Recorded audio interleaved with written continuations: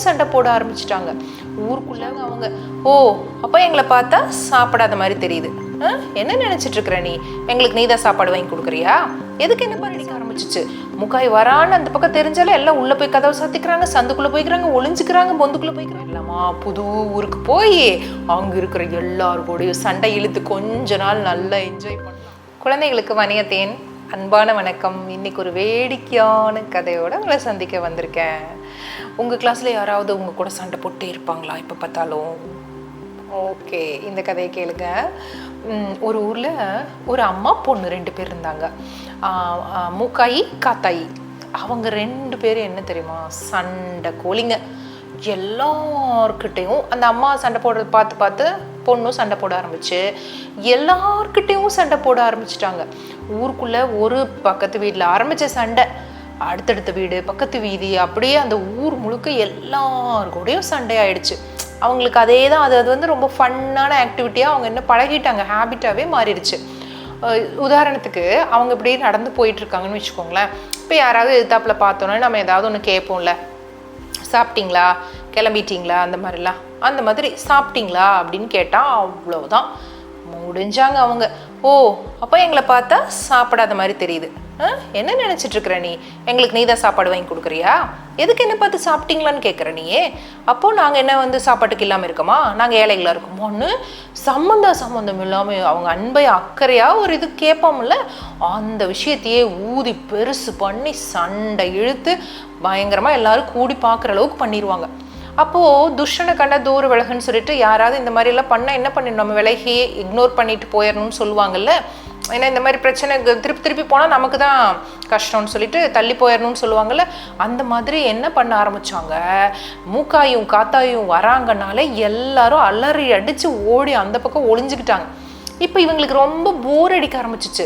முக்காய் வரான்னு அந்த பக்கம் தெரிஞ்சாலும் எல்லாம் உள்ளே போய் கதவை சாத்திக்கிறாங்க, சந்துக்குள்ளே போய்க்கிறாங்க, ஒளிஞ்சுக்கிறாங்க, பொந்துக்குள்ளே போய்க்கிறாங்க, யாருமே சண்டைக்கு வர மாட்டேங்கிறாங்க. என்னடா ரொம்ப போர் அடிக்குதே, யாருக்கிட்டையாவது சண்டை போடலாமே, யாருமே கிடைக்க மாட்டேங்கிறாங்களே அப்படின்னு சொல்லிட்டு அந்த கோயில் வாசலில் யாராவது இருப்பாங்களா, கடைக்கிட்ட யாராவது இருப்பாங்களான்னு சொல்லி எல்லாம் இது பண்ணால் யாருமே இப்போ ரிப்ளை கூட பண்ணுறதில்ல. இவங்களாம் வாலண்டியராக போய் சண்டைகளுக்கு போனால் கூட என்ன பண்ணிடுறாங்க, அமைதியாக கும்பிடு போட்டுட்டு போயிடுறாங்க, யாருமே சண்டைக்கு வரதில்லை. இவங்களுக்கு போர் ஆயிடுச்சு. இப்படியே போயிட்டு இருந்தால் நம்ம லைஃப்பை லீட் பண்ண முடியாது. நமக்கு ஒரு சுவாரஸ்யம் வேணும். நம்ம எப்பவுமே சண்டை போட்டால் இருந்தால் நல்லா இருக்கும். சண்டை இல்லாமல் இருந்தால் இங்கே உயிர் வாழவே முடியாது. இந்த ஊரில் என்ன மனுஷங்க, என்ன ஊர் இதெல்லாம், ஒரு சண்டையே போட மாட்டேங்கிறாங்க. ஒரு வம்பு சண்டைக்கு வந்தால் தானே அப்படி ஒரு சண்டையை போட்டு நல்லா இன்ட்ரெஸ்டிங்காக இருக்கும் அப்படின்னு 2 பேரும் ஒரு நாள் என்ன பண்ணுறாங்க, வீட்டில் டிஸ்கஸ் பண்ணுறாங்க. நைட் அம்மாவும் பொண்ணும், பேசாமல் நம்ம வந்து வேறு ஊருக்கு போயிடலாமா, புது ஊருக்கு போய் அங்கே இருக்கிற எல்லாருக்கூடையும் சண்டை இழுத்து கொஞ்ச நாள் நல்லா என்ஜாய் பண்ணலாம், அப்புறம் வேறு ஊருக்கு போகலாம், இப்படி நம்மளோட லைஃப் ஸ்டைலை மாற்றிக்கலான்னு முடிவு பண்ணுறாங்க. சரி அப்படிதான் அப்படின்ட்டு 2 பேருக்கும் ஓகே ஆகிடுச்சு இந்த ஐடியா. கிளம்பி அவங்க பக்கத்து ஊருக்கு போகலான்னு சொல்லிட்டு அப்படி கிளம்பி போயிட்டுருக்காங்க. இப்போ ஊருக்குள்ளே யார்ட்டையா சொல்லலாம் பிடிக்கலாம்னா யாரும் தான் இவங்களை பார்த்தாலே என்ன பண்ணிடுறாங்க, ஓடி ஒளிஞ்சுக்கிறாங்களா, பேசுகிற கூட ஆள் இல்லை. இவங்க பக்கத்து ஊர் நோக்கி போயிட்டுருக்கும் பொழுது புதுசாக ஒரு அம்மா இந்த ஊருக்குள்ளே வந்துட்டு இருந்துச்சு. என்னடான்னு இவங்க 2 பேரும் அப்படியே பார்த்துட்டு இருந்தாங்க.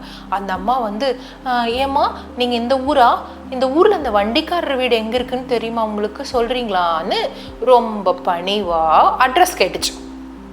அடாடா, இவங்க 2 பேரும் மூட்டை அது இதுன்னு வச்சுருந்தாங்க.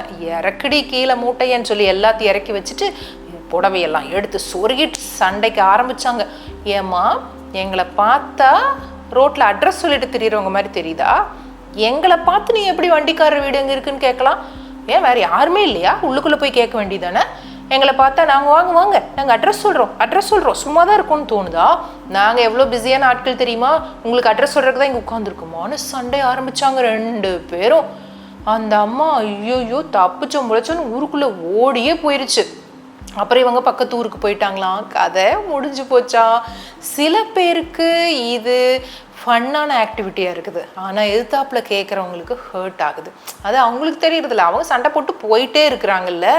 அந்த மாதிரி இருக்கிறவங்கள இந்த ஊரில் இருக்கிறவங்க மாதிரி நம்ம என்ன பண்ணணும், இக்னோர் பண்ணிட்டு நம்ம வேலையை நம்ம பார்த்துட்ருக்கணும். இன்னும் நிறைய கதைகளோட வணியத்தை உங்களை சந்திக்க வரேன். அது வரைக்கும் நன்றி, வணக்கம்.